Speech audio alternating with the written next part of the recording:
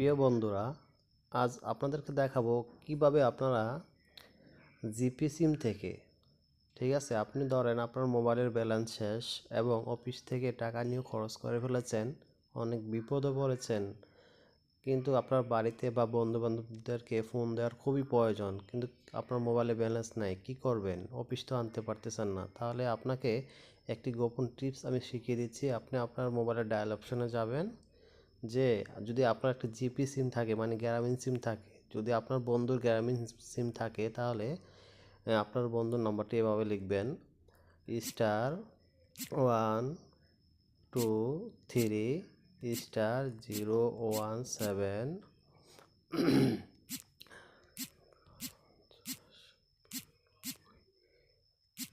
এভাবে লেখার পরে লাস্টে হ্যাশ দিয়ে আপনি গ্রামীণ সিমে ডায়াল করবেন, দেখবেন যে কলটি চলে গেছে।